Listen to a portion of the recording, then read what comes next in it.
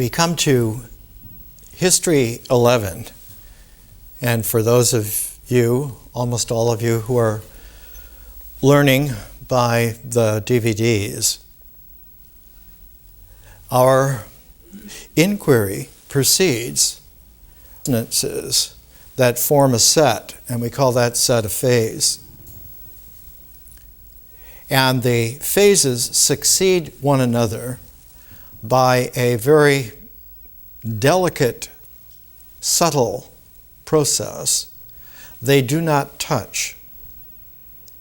Like the axons and dendrites of a neural system, they do not touch, so that there is a synapse gap across which leaps the neural electric energy. Now, the neural cells are kept in a matrix, and that matrix has a neural fluid that keeps it going. And neural fluid in the spine is just a slight trace different from normal water. It is that slight difference that allows for it to be a conductor of neural impulses. And what is important here is that as these presentations occur, they occur as a pair of 40-minute meditations for the first year.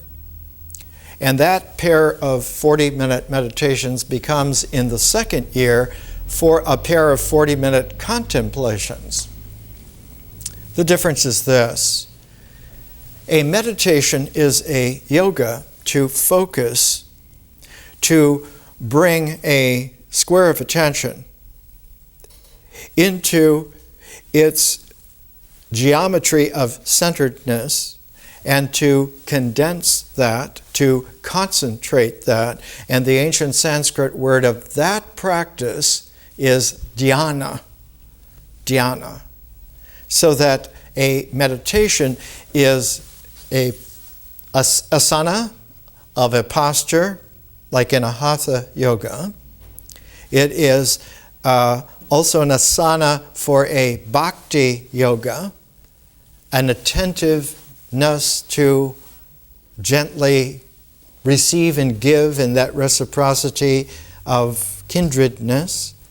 It is also an asana of a karma yoga, of the action of doing this, the gestures, the sound, the voice, the relationalities. And it is also has the dimensions of the asanas of a jhana yoga, an intellectual, a thinking yoga. When the hatha, bhakti, karma, jhana yogas are ensembled altogether, that is traditionally called a Raja Yoga. Because of the new capacities for attention and condensation, for the new intensity of the dhyana, this is a Maharaja Yoga that you are engaged in. But in the second year, instead of a meditation to condense, we have a complementarity operating. Instead of the condensation for an integral, we have the prismatic opening of a differential. And where the integral will have a cycle that one can go through, a 4 quaternary phase cycle that eventually comes to a pointedness, a concentration. It's a concentration that when symbolic thought is successful, we say that we have made a point. Now you understand what we are getting at. And everything leading up to that is a graduated concentration of expression, of images, of feeling tones that increase the meaning, and eventually one can arrange the points in an argument. And this argument then is what persuades you and convinces you. The language used for that is called a rhetoric. And in the yoga of integral concentration, the rhetoric includes posture, it includes the bhakti feeling tones, it includes the karma actions, it includes the jhana thought processes, and in a Raja Yoga, all of them are orchestrated together. It need not be expansive like a symphony, but it's very much like a string quartet, where all four of the yogas are playing together, and they play a chamber music of understanding to the points. But those points all can be clustered together, and they can be arranged instead of being in the sequences of their argument, instead of in the syllogistic Aristotelian way of making something logically coherent so that one now follows the argument to its point and is either convinced or not convinced. The accomplishment of all of that is flat if it is not lifted out of the frame of reference. And so the second year is an ecology of consciousness rather than a cycle of integral nature. And the shape of the second year is rather like a diamond of insight rather than a square of attention. Rather than having a frame that has referentiality in terms of points and an argument, it will have instead a diffractive quality of showing the arrays, the possibilities, and arranging them in sets of resonances that are capable not of being ordered in some kind of rhetorical way, but of having a prismatic, poetic language and gesture and transform, so that now you have a diamond of insight that allows for something extraordinary to occur. The integral starts from a field of nature. Nature is a field. The flow of experience is like a river that flows in that field, a stream of experience. But in the ecology of consciousness, consciousness is a field, but it's a differential field. And so it's a complementarity to the field of nature. But the flow through the field of consciousness is the flow of history, not the flow of a mythos. It's not a myth horizon stream flow, which has its beginning, its middle, its end. It follows that one could tell the stories along with the rituals being performed and have it all mean in the mind exactly what it's supposed to add up to, what it's supposed to come to. Whereas in consciousness, there is no goal of coming to anything. Rather, it's to continue to open. And so infinity becomes the actuality of a differential ecology that has been successful. And the time dimension of infinity is eternity. One prismatic form fulfills the differential ecology to its boundlessness and that is the cosmos itself. And so the fourth phase of the ecology of consciousness of the second year of our learning will be science, and we will get to science in about 3 weeks. We'll have next week science history 12, which will conclude the phase of history.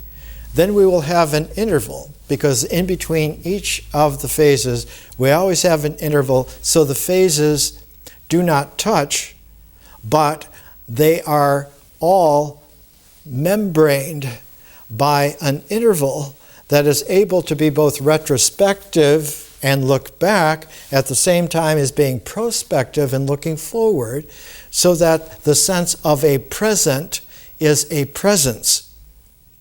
Rather than being a point of the present moment, it is a presence that is of an eternal occurrence, not a return,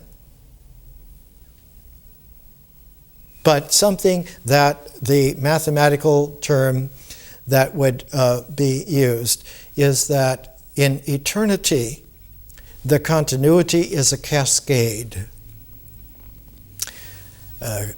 My old friend Karma Tinley Rinpoche, who I brought to Los Angeles in 1976 from Toronto, he was at the time, came to deliver 10 days of instruction. Coming down from Canada after 5 years of teaching on the university level in Canada, found that in LA no one understood the Vajrayana very well at all. And so Karma Tinley brought 10 days of teaching on the history of the Karmapas. What is a lineage? How does reincarnation work? It isn't that this Karmapa reincarnates as that Karmapa, that the continuity is on the order of a cascade. The difference being, if you take a candle and you light another candle from that candle, you can say that the flame has passed on to the other one. But if you look at a waterfall, it isn't that this drop falling causes this drop to fall, causes that. It is rather a cascade that all of the drops are falling together.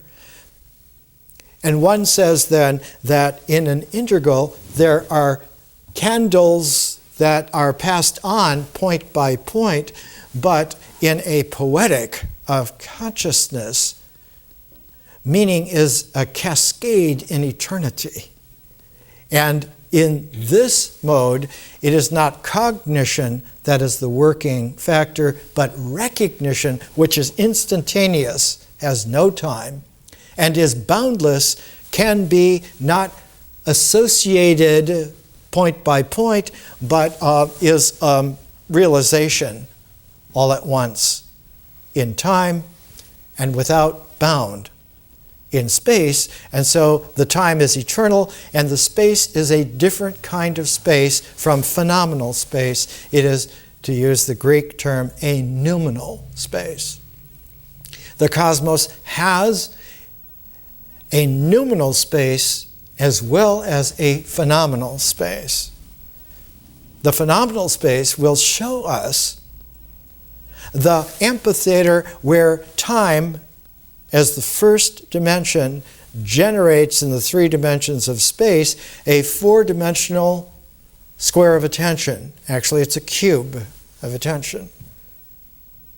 Or a sphere of attentiveness.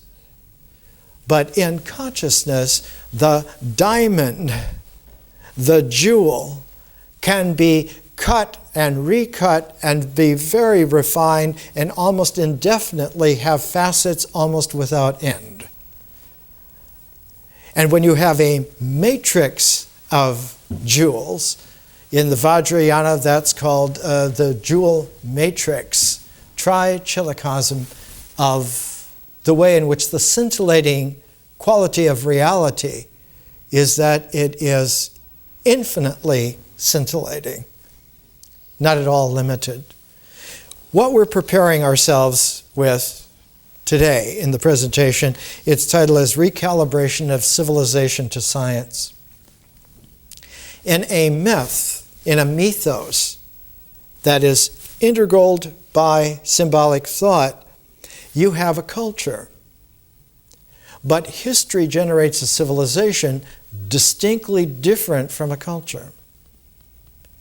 A civilization, in fact, is not a culture or any number of cultures just put together like points, like candles, but is instead a cascade of prismatic individuals become persons.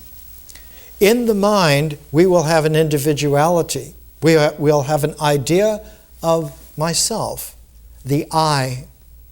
That I will be an identity where the correlate, the referent, is from my idea of myself to what I do, the ritual comportment, the experience that is generated out of what I do, integraled by how I think about it. The tautology generally expressed in ancient times was the question of Moses to the burning bush, who shall I say sent me? And the reply was, I am that I am. And it's the I amness then that is the identity referentiality that carries through the integral. But the actual ancient Hebrew does not just read I am that I am. It has a different quality that in the pronunciation, the aspiration can mean I will be who I will be. It's an open-ended array of possibilities without end. Who sent you? I will be whoever I will be. Worlds without end. This has a different resonance to it.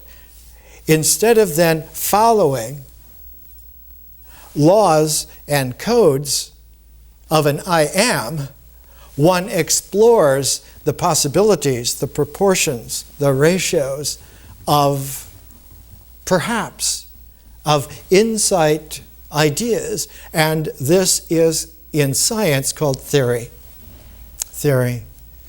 The Greek term for it, though, is theoria, and theoria does not mean just theory. That would be reducing it to an argument, rhetorical use of language. The Greek theoria actually means contemplation. So that while all of the integral cycle are meditations on concentration of an integral, all of the presentations in the second year are contemplations of opening up differential consciousness and allowing the field of differential consciousness to play through the jewel of the spirit person prismatically. And so history as a flow is actually a kaleidoscopic flow. It is a kaleidoscope of rainbows without end, and not just rainbows of visible light in the electromagnetic spectrum, but the rainbowness of the entire electromagnetic spectrum and the magnetoelectric spectrum as well.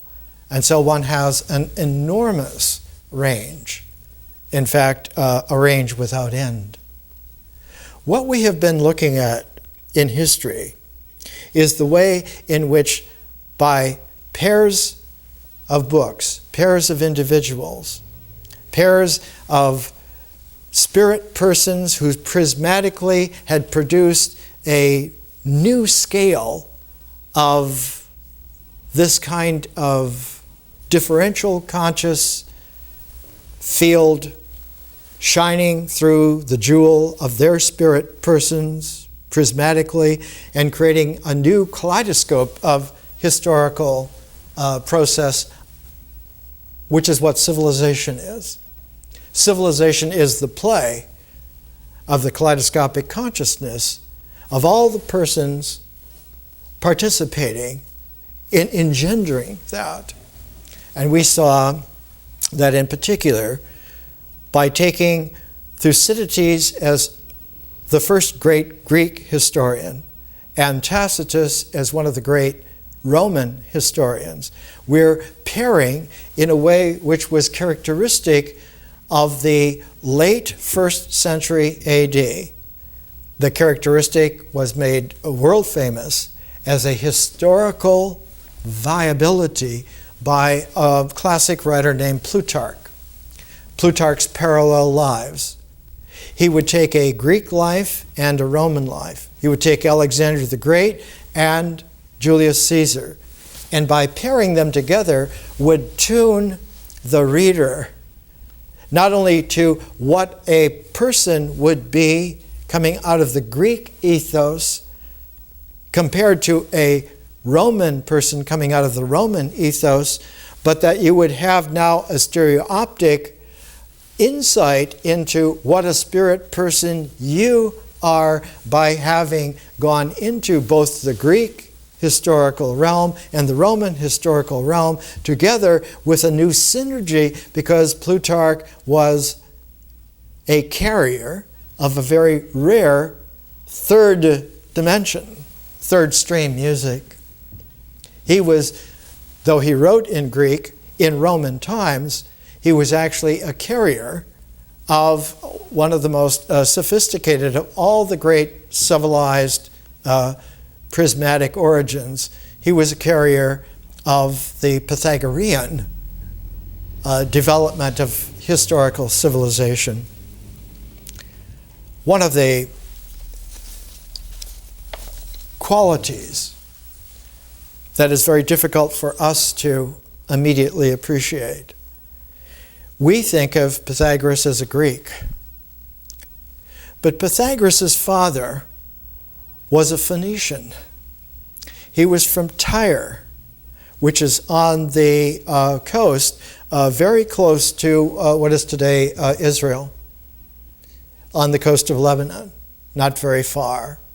In fact, if you go inland from Tyre, just 40 miles or so, you will come to the Sea of Galilee.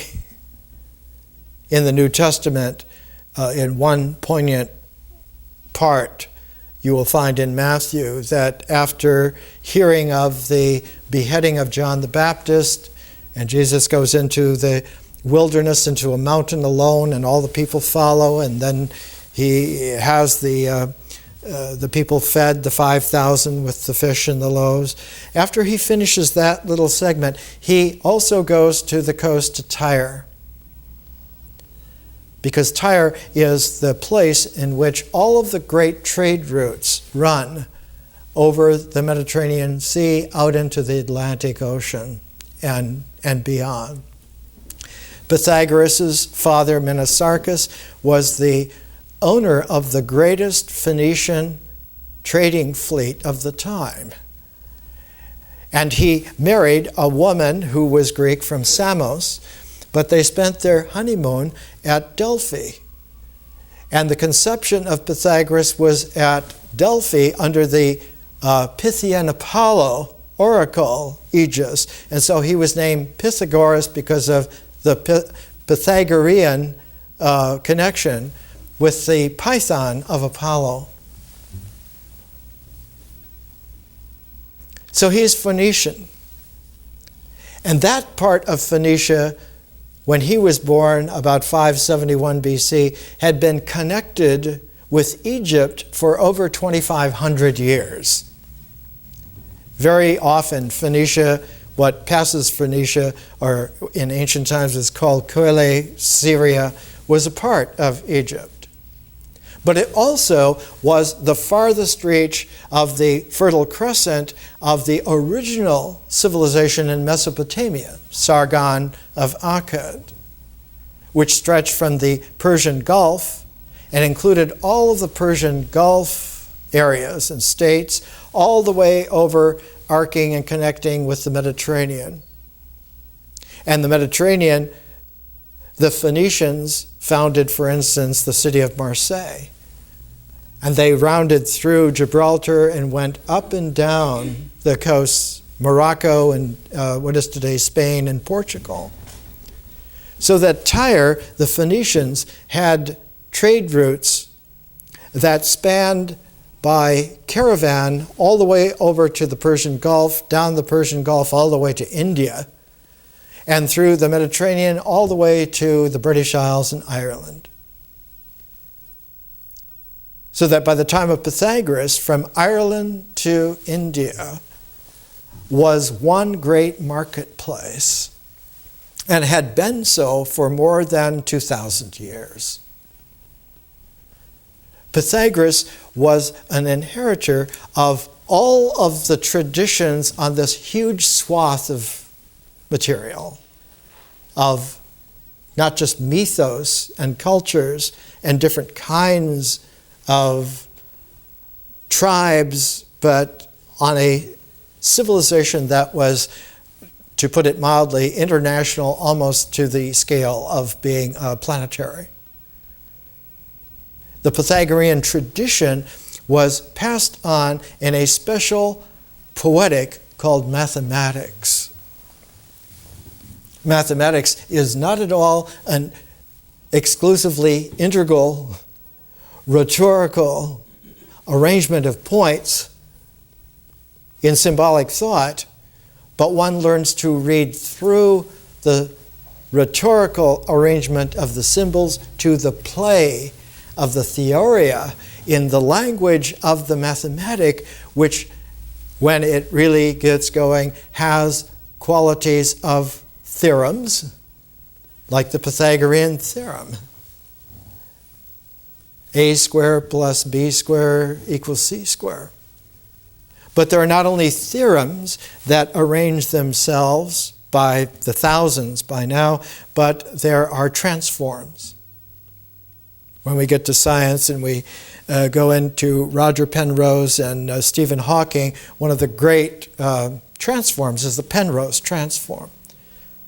One of the first great transforms was the Fourier transform, of how to express mathematically the infinite, minute changes in relationalities in a set that can be harmonic and expanded indefinitely. One can apply a Fourier analysis to almost anything. And there are many analytics, many transforms, many theorems. By the 21st century, there are tens of thousands. So that the scintillation of the prismatic, conscious capacity of the person exceeds imagination. We're looking in a very special Plutarchian way, not only at parallel lives, but at pairs of parallel lives that are arranged in an 8-phase infinity cycle ecology. And right now we're looking at the way in which Jacob Burckhardt, one of the great historians of the 19th century, his Civilization of the Renaissance in Italy, and Karl Jaspers, The Origin and Goal of History, one of the great books in 20th century historiography. Jaspers is extremely famous for doing a set, these are the first 2 of 4 books, called The Great Philosophers, going through the whole array of original thinkers, of the follow-up that made a huge difference. He calls it the axial age, where the originating insights in theoria were carried further and given extra differentiation. And it is a quality that in our learning, we're exposing ourselves initially to how nature occurs as a field, how ritual comportment of existence comes iteratively into being, into vibrant, constantly iterating forms who have an activity sequence that establishes and keeps maintaining them, so that rituals are not just done once, but they're constantly performed. And there's a ritual of a hydrogen atom coming into play out of the natural field. And when it comes into play, it sets up a whole sequence of points that occur as different elements. And one of the elements further down the sequence is oxygen. And when hydrogen pairs up with oxygen, H2O, you have water. And now on the molecular level, one begins to see that the points create further points, and the molecule of water is itself quite stable. The hydrogen atom is itself quite stable. The proton is the most stable existential point in the universe. It is of almost indefinite, but nevertheless has a finite lifetime, exceeding many times what the universe's age is. The unities that occur ritually in existence have a tenacity of being a existential ground and base. But when it comes to understanding that ground, that existence, the understanding now has a meaningful, integral, thought-structured, symbolic understanding, which Jaspers is extremely famous for. And that is, now one has a philosophy of existentialism, of existence. Not just existence with a C-E, but existence with a Z.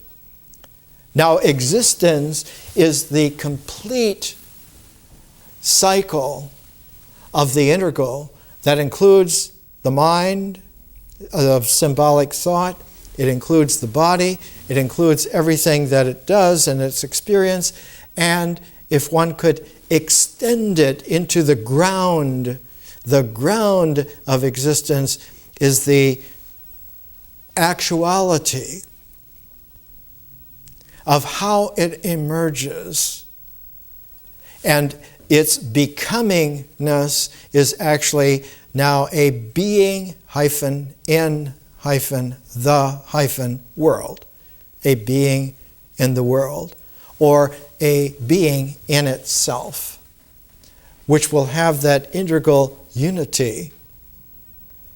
Jaspers is one of the great thinkers of all time because he was able to look into and see that this opens up into the wild, elegant, possible field of consciousness.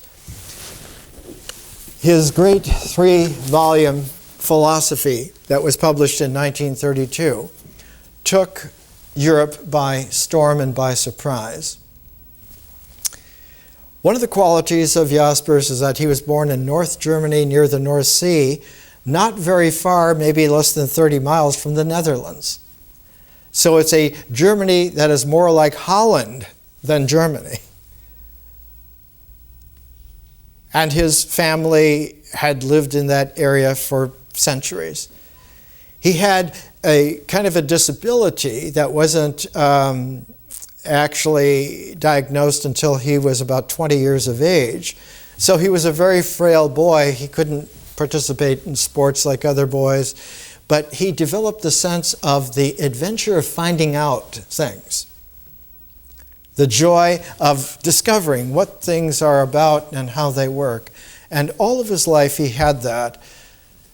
When he finally began to be a very famous professor, he was a professor of medicine, who had gone into finding out why medicine works in a person, and it must be because of the psychology of the person as well as the medicine of the body, so that one has a psychotherapy quality. And he wrote a classic textbook, the first general textbook on psychopathology in the world.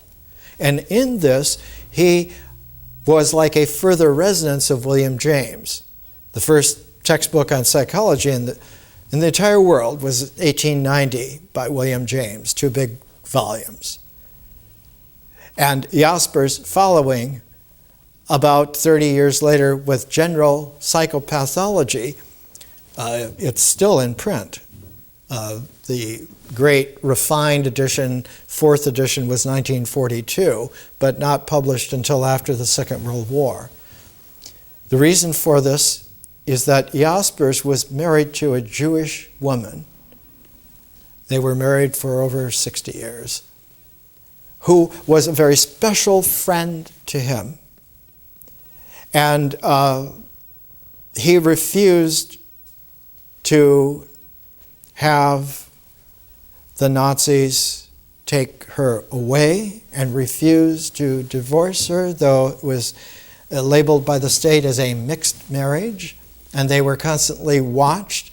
But he was so famous and so well respected that they were allowed to stay in their house in Heidelberg, though he could not teach any longer at the University of Heidelberg. When philosophy came out in 1932, he had not published but one book in the previous 10 years, and it was called The Making of Modern Man. But the 3-volume philosophy, when it came out, was astounding to everyone. They realized finally that this was not just a good doctor, a good psychologist, a good psychotherapist, but that he was one of the masterful voices in philosophy of all time. When we come back from a break, we'll take a look at the way in which consciousness, when it develops the kaleidoscopic flow of history, creates a special new kind of time that will generate that special space of the cosmos. And in that special space of the cosmos, with an eternal time, nature itself will be generated as a field. Not as a cycle of return, but as an infinity of complementarity, so that reality is ongoing in such a way that it is a cascade without beginning or end. The phrase is worlds without end, and it is meant. Let's take a break.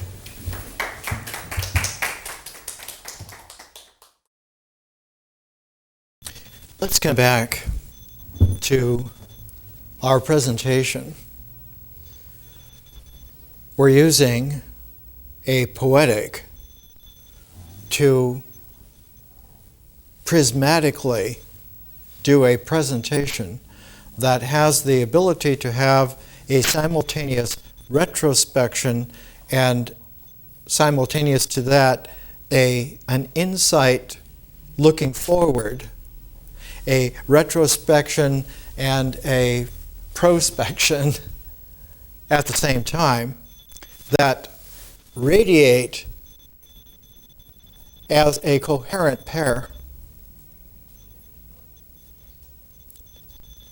so that at the presence that is shareable as it occurs, the context is not just the time and the space, or what is actually happening, or what we're experiencing, feeling is happening, or what we think is happening, but that there are more dimensions than that in the presencing and in the sharing, and that the past is constantly occurring fresh, and that the future is also having its possibility fresh, so that the radiance of this is that we have a future and a new past that are constantly freshened and capable of transforms,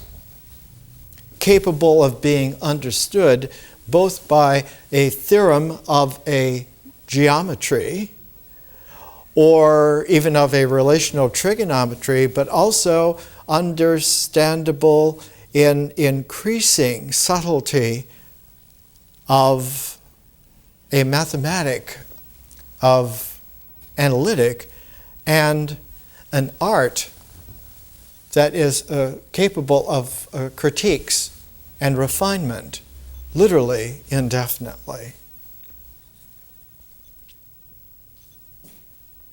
If you recall in the nature presentations, when we used as our pair Mary Leakey's Discovering the Past and Jane Goodall's book of experience through the window with chimpanzees, Mary Leakey's husband, Louis Leakey, who was one of the few modern persons to ever learn how to make Paleolithic stone tools from scratch, he could in less than a minute make a perfect arrowhead or perfect spear head out of stone. He taught himself how to do this. And his comment one time about Homo erectus, who lived for over 2 million years as a species on this planet and made beautiful spear point tools. He said they're marvelous. But in 2 million years, Homo erectus never improved them. There was no differential consciousness capable of taking a vision of what one is doing at what one has and seeing that you can do it differently, better, and refine it. We live in the 21st century where it is possible for us to refine atoms and molecules and cells and genes. And so it behooves us to take great care with how we mature ourselves. Traditional education does not do this. In fact, it truncates us. But it truncates us in an insidious way. It creates dead ends that proliferate and take us into a regression. Part of the reason for the current state of affairs of the planet as of September 15th, 2007, is that it is a mess that cannot be cleared up. It is a tangled web that increasingly entangles itself. And instead of having entanglement as a resonant quality, it's like a plate of spaghetti that you're constantly adding more spaghetti, and so the mess keeps getting bigger and bigger. The current estimate of everything running out by 2012, that's in 4 years or 5 years, is optimistic. There is no traction for the mess that is there without transforms. And this learning is a learning to convey in the short space of a double-year cycle the qualities that have got us here with capacities and the way in which we have constantly transformed ourselves out of what would have been dead ends. We mentioned Pythagoras. That Pythagoras was the first person to refer to himself as a philosopher, a philosophia. I'm a lover of wisdom. But 2,000 years before him, Sargon of Akkad recorded of himself that even as a young man, he was favored by the goddess, Inanna, sometimes showing up as Ishtar, sometimes later showing up as Aphrodite, showing up as Sophia, Hokmah, wisdom, showing up later on as the Lady Prajna Paramita, the Lady of Perfect Wisdom, the perfection of wisdom lady, who later becomes Kuan Yin.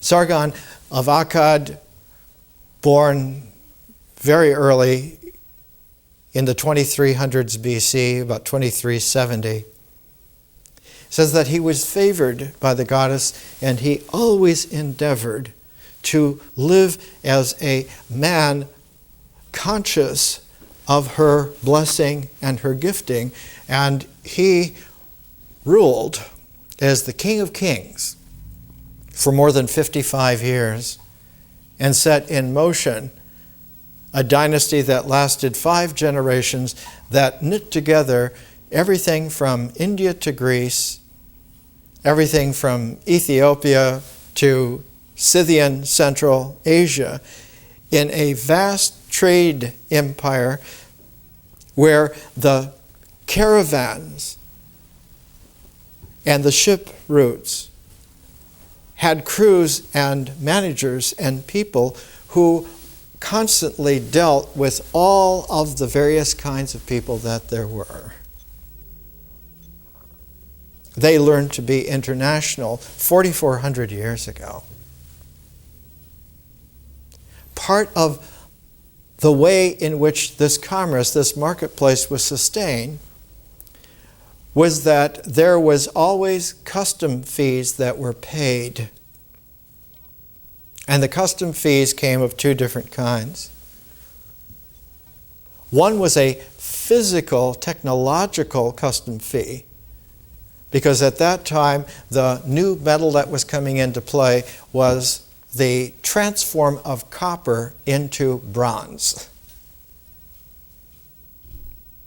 Before then, there was no metallurgic technology to be able to transform metals into non-natural ratios like bronze. And the way that you make bronze out of copper is that you add a very small percentage of tin. So that now, while copper is fairly easy to find, tin is very rare and can only be found in a couple of places. One of the places is in Iran, southern Iran. And so the caravan routes would sashay up and bring goods and take tin back, and they would always use as their customs, bakshish, a little bit of tin every place, so that now all of the stops on the caravan would have the capacity to develop bronze tools and bronze weapons as well, but bronze helmets to protect, bronze shields, so that the international distribution of technology was an outcome of this. And one of the things that was seeded from Mesopotamia, the land between the 2 rivers, from Sargon of Akkad's Fertile Crescent, was engineered by his daughter, Enheduanna, who found that spread in all the different cities of Sumeria, of Mesopotamia, of Akkad, each one had their own gods and goddesses, had their own temples, and so she would write a special hymn for each of the 42 different sets of temples, gods and goddesses, and then she would bring them into a grand symphony all together, and the 42 temple hymns complement her great epic of Inanna. She was the first known author in the world, 2300 BC. But they were able to posit, along with the tin making bronze and other goods that would be traded, they would bring the insight of civilization that there were ways in which to harmonize any scale of cultures without destroying the gods and goddesses, without mulching together the different temples, the different worships, but allowing for there to be a substrate that was shareable in common with all of them if it were paired also with an overview. So that this learning has a pedigree of almost 4,500 years of providing a substrate of a planetary culture and an overview of a star system civilization.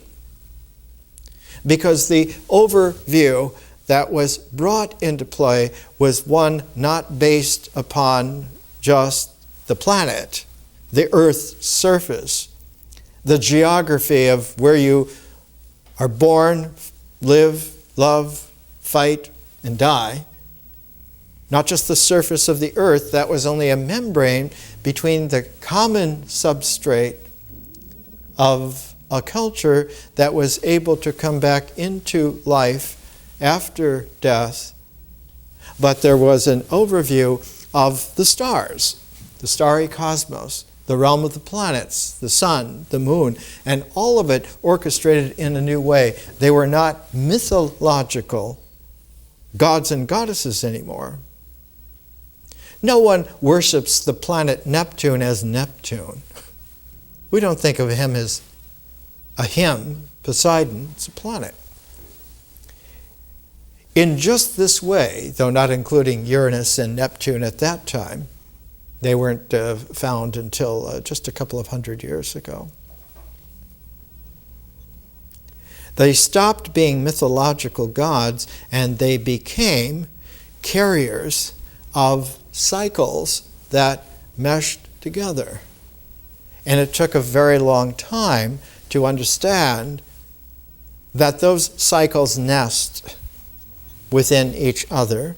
And when they nest within each other, what comes out is the capacity for man to theorize wider and deeper, to go into a deep substrate of retrospect, and to go into a visionary overview. And coming out of this, one of the most incredible qualities came to focus. From carriers of the Pythagorean confidence in mathematics, in a new kind of geometry. The first textbook in the world on geometry was Euclid, about 300 BC in Alexandria. And the next generation from Euclid was Eratosthenes, who was the head of the great library in Alexandria. He's the first to understand the angles of shadows from lengths of stone or wood. They were called gnomons. And from the angles based upon a fulcrum of no shadow at noon at a certain place in the world, in Egypt, and then getting reports from all the caravan travelers who would measure the shadows and the angles for Eratosthenes.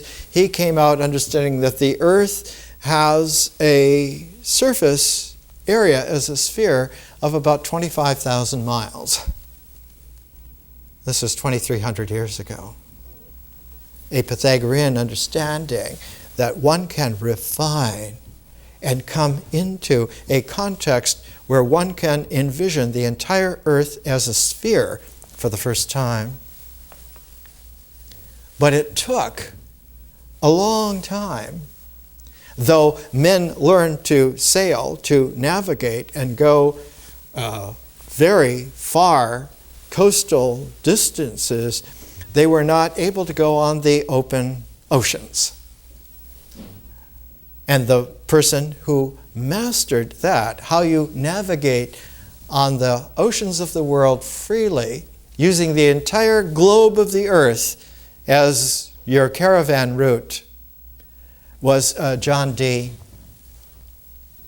And his principles of navigation came out in 1575, dedicated to Queen Elizabeth, and Dee was a Pythagorean mathematician par excellence of his day. Also became one of the great astrologers of the day. He was Queen Elizabeth's astrologer. But he's the one that figured out how you navigate by certain instruments like a sextant and so forth, and a captain can now plot his navigation on the entire globe of the earth. And because it was such an enormous quality of advancement, the English Navy, Britannia rules the waves, can go anywhere in the globe that they want to go. And one of the first captains to utilize this was Sir Walter Raleigh, and Raleigh finally running up against the problem of recalcitrant imperium powers, was put into the Tower of London, and to pass his time he wrote a 1,200-page history of the world. This is a history of the whole globe. For the first time, it's not just a history of this group of people or that group, but of the globe. And as he was writing this, the idea occurred to him because there was a theater that was built in London, right across the Thames of where the Tower of London is. He could see them building it. They tore down the old theater that was on the outskirts of then London. And that was just called the theater, and owned by old man Burbage and his son Richard. And they employed a young man to handle the horses for a while, Will Shakespeare. Well, when they found out that he could write, they began giving him assignments, and he began writing fantastic plays. And they were so successful, they were so filthy rich at the time, that they tore the theater down in its kind of horsey rural setting, and they took all the lumber across the Thames, and in Bankside they built the Globe Theatre. And the Globe was masterful because it was a world planetary culture building able to carry a one-mankind civilization. And in the Globe, everyone sat in tiers like a Pythagorean memory theater, so that one could not only see what was happening, but remember how the happening got to this point and who these people were, and the portraits of them all put into a kind of an interesting broadcast of possibilities, what will happen next. And insight and retrospection were trained by the hundreds and thousands that came to see it. And over the stage of the Globe, in the ceiling, hidden away from everyone except the actors who were on stage, was the zodiac. This is the path of the ecliptic. This is the path that the sun takes through the stars every year, but is always interesting and new when there are people like us ready to have a free play of person. And right at the time where the Globe was at its pinnacle of success, a new kind of celestial capability came into play. Johannes Kepler published The New Astronomy, 1609.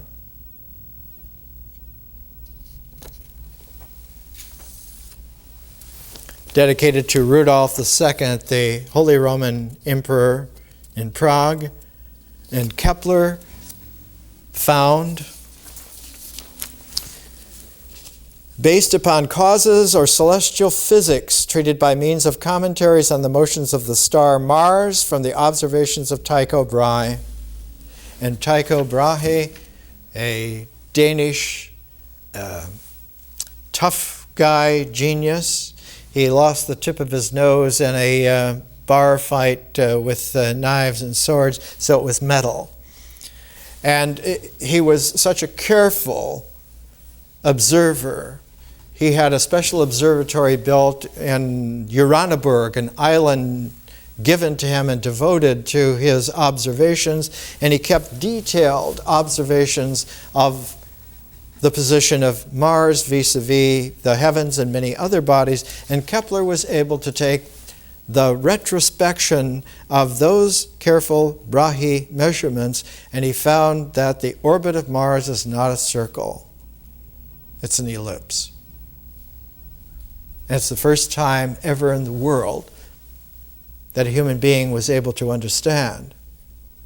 It isn't that things are nested symmetrically in circles like targets, but that they have a dynamic angular momenta free play.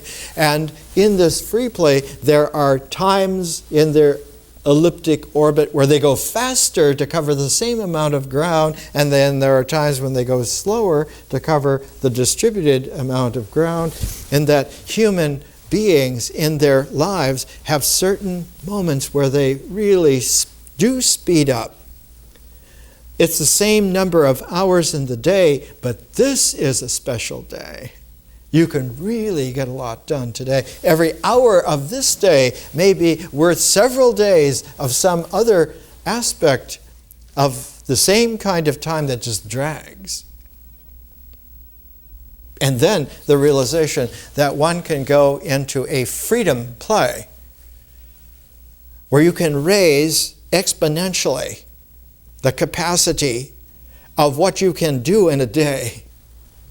You might do 100 years of work in one kind of very eventful day if you prepare for it. Prepare by having a retrospect that is tuned to the prospect possibilities, and you learn that the theater of the globe is very minute compared to the theater of the star system. The whole star system now gives you a new scale of play. When Voyager 2 was sending its signals from Neptune over here in Los Angeles to the JPL receivers, it took 4 hours and 6 minutes for the telemetry from Neptune to get here. It's 3 billion miles away. We now are looking at the Kuiper Belt, which is 3 or 4 times as far as Neptune. We have the capacity to inhabit about a light year diameter of a star system. What kinds of theater are possible on such a stage? They're unimagined and unimaginable, except that for the last 100 years or so, science fiction has tried to imagine, because now on a star system scale, humanity, the frontier is interstellar. Many other star systems.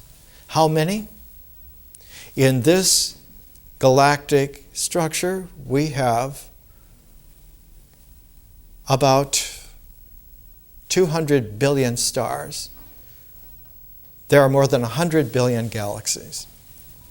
When they say worlds without end, it is meant, because new ones are being created all the time.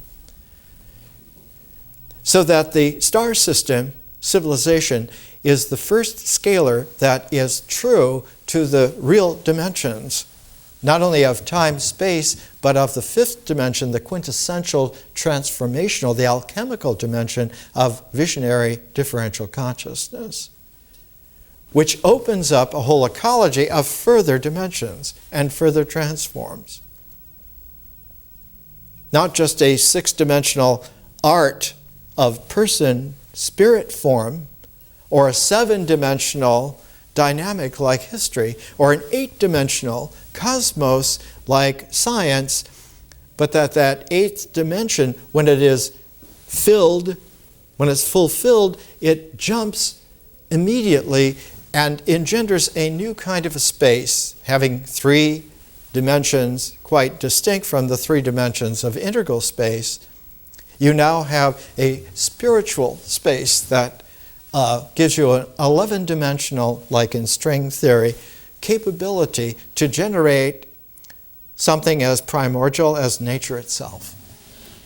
This scale is truncated if one stops at symbolic thought in the integral in the mind.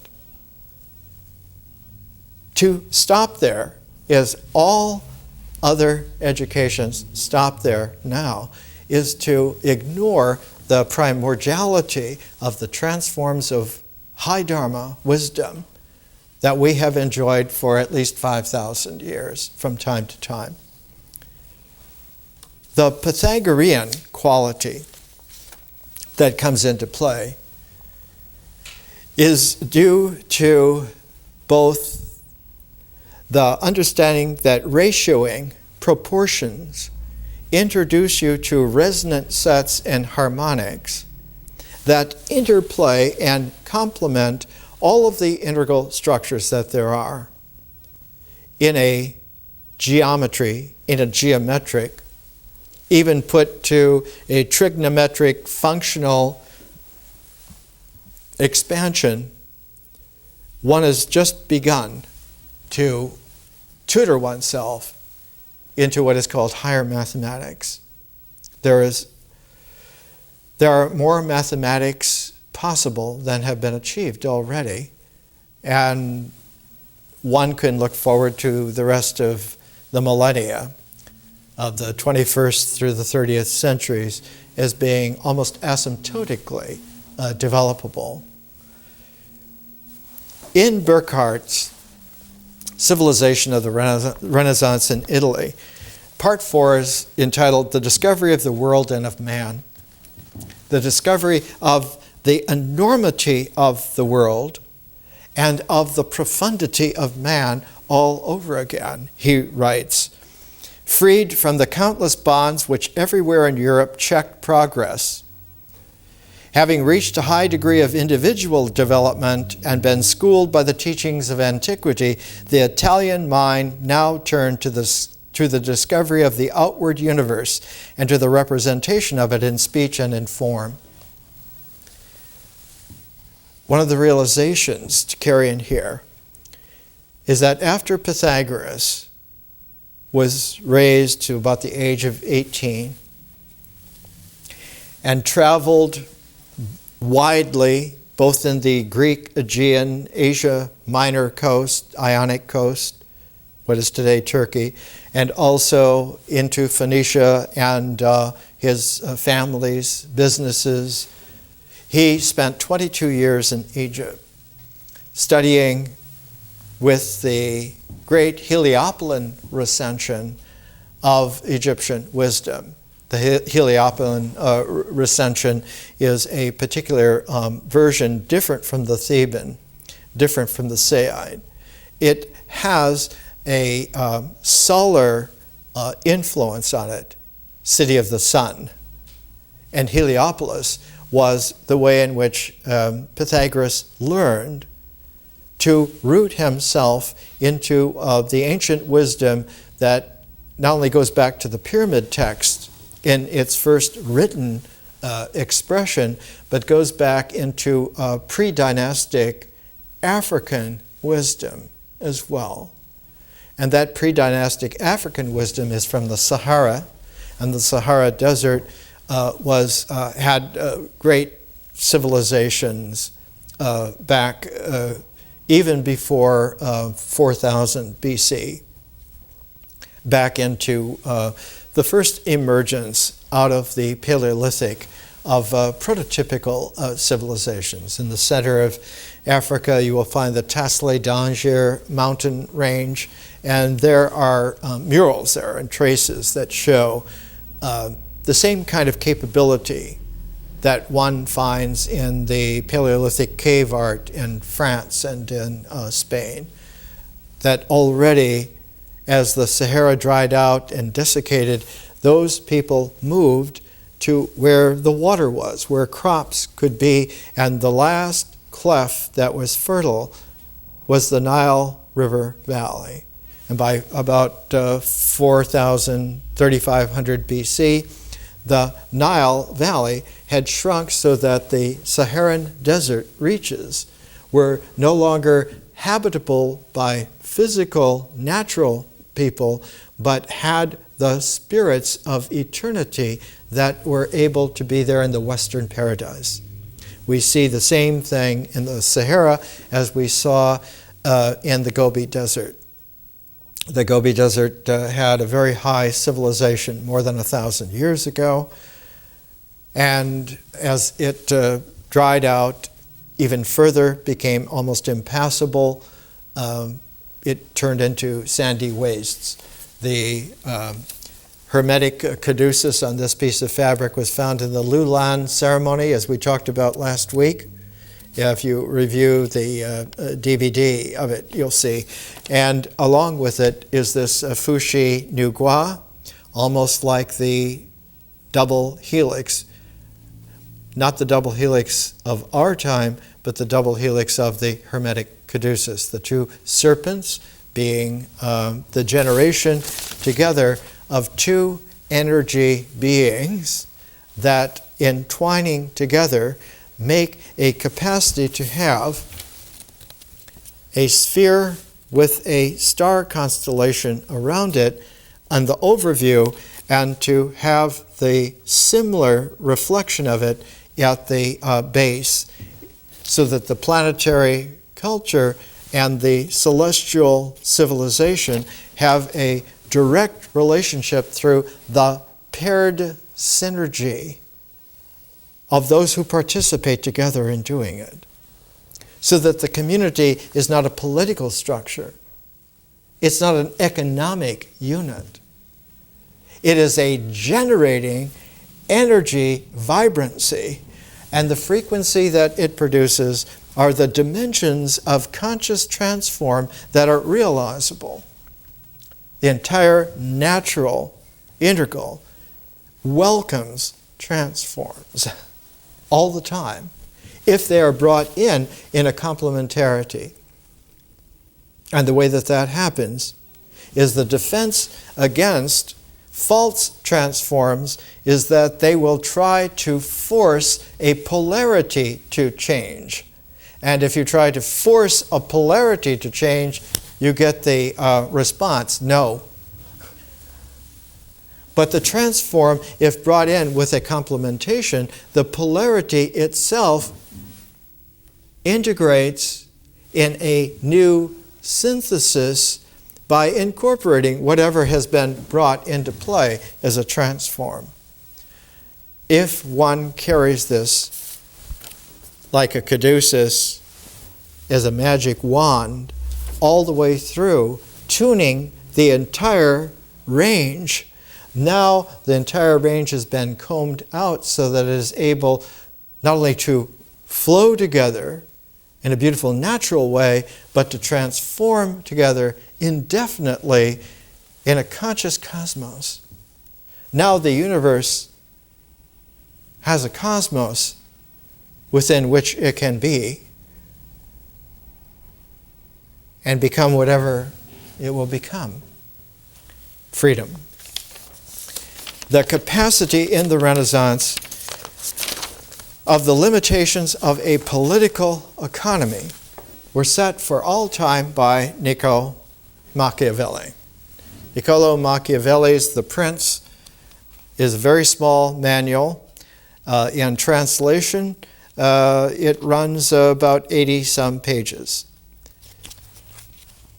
Machiavelli also, one of his major works, though, are Discourses on the Roman Historian Livy, to try to show that this particular style has limitations, that if brought into play with this kind of a background, no matter how wonderful it seems at the time, it heads towards a fall.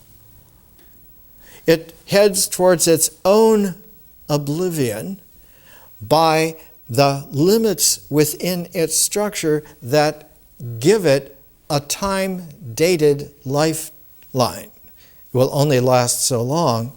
It will inevitably, because it was born and lives, will die.